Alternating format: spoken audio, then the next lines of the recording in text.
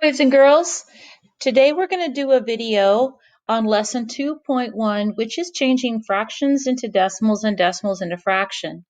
My I can statement for today is that I can convert between fractions and decimals. So this is a little bit harder than it looks, but hopefully today through this video I can make it easier for you. All right, so let's start first of all by making a decimal into a fraction. All right. Whoops, let me make this a little smaller for you. I need to get my tools. All right, boys and girls. So let's start with a decimal. Okay. I'm going to start with the decimal 0.5. Okay, this is the decimal. All right. So if you look at my directions, it says look at the decimal. The place value of the decimal will become the bottom of the fraction. So when I create a fraction, I'm talking about the bottom here right now. So I have illustrated a chart right up here at the top that has all the place values. Can you see these?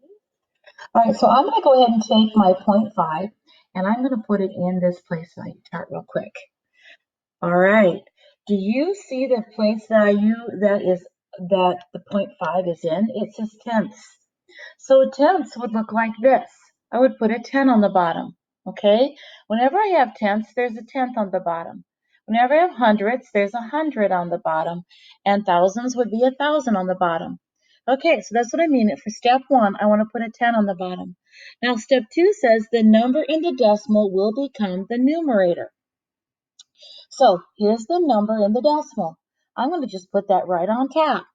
So now, technically, that's my fraction, 5/10. But sometimes it's necessary to simplify. So if I have to simplify this, I would take 5/10 and I would divide it by 5 because 5 is my GCF. Okay, it's my greatest common factor between 5 and 10. So that would make the top number a 1, and that would make the bottom number a 2. All right, so far so good? Okay, let's go on. Let's do another example. Erase all this. Okay, I don't know. Let's pick something that's got hundreds. So let's say we have 27 hundredths, like this, with a decimal. That's a decimal. Okay, now again, let's put this up here in the place value chart. I'll put 27 here. Now the last number is hundredths place. You see the hundredths place here? So the bottom of my fraction is going to be 100. The top of my fraction is going to be the number that's inside the decimal. Now, if I look at that, I can see that I cannot simplify 27 100ths. Okay, so I'm done. Let's do one more example. I'm going to do a mixed number. What if I have 2.05? Okay, if you have a mixed number, take your whole number, which is on this side, and just make it a whole number for your fraction. Now, 0.5, if I put it up in my chart, would go right here, the 0.5, right? Oops.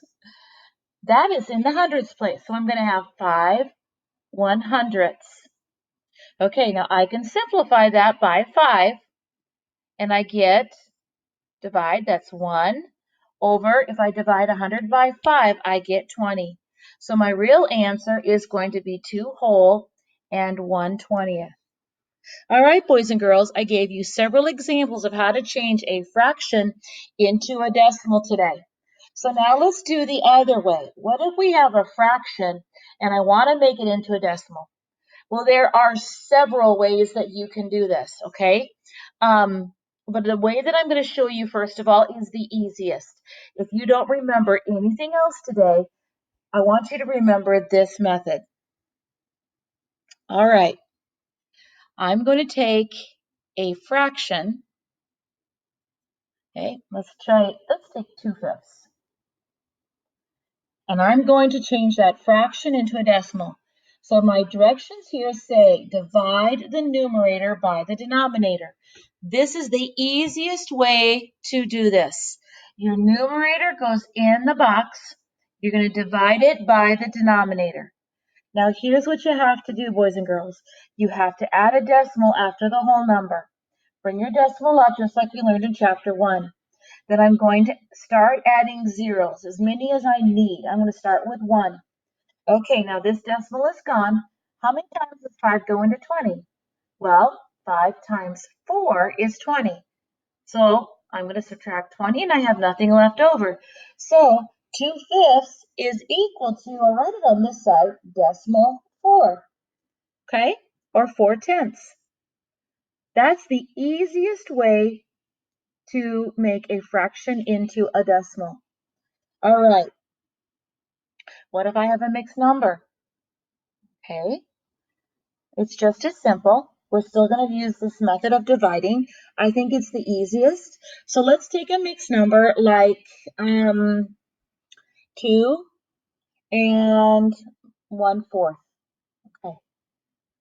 So take your whole number and put it, I'm going to put it in this place value chart. Just put it before the decimal. This is ones, this is 2 1s, so I'm going to put it in the 2 spot or in the 1 spot. Oh, okay, then I'm going to take my fraction and I'm going to divide my fraction like I did before. Okay, I'm going to put a decimal, move it up, then I can put in a 0 to start with. Okay, 4 goes into 10 now, 2 times. 4 times 2 is 8. I'm going to subtract. That leaves 2 left over. I can't have a remainder if I have decimals. We talked about that in the last chapter. So I'm going to put another 0 here, bring it down. Now I have 20. 4 goes into 25 times. So that's 20. I'm going to subtract. There's nothing left over. So I'm done. So my decimal part is 2, 5. So this is 2 25 hundredths. All right, boys and girls, today I did a lesson on changing fractions to decimals and decimals to fractions, and I included mixed numbers.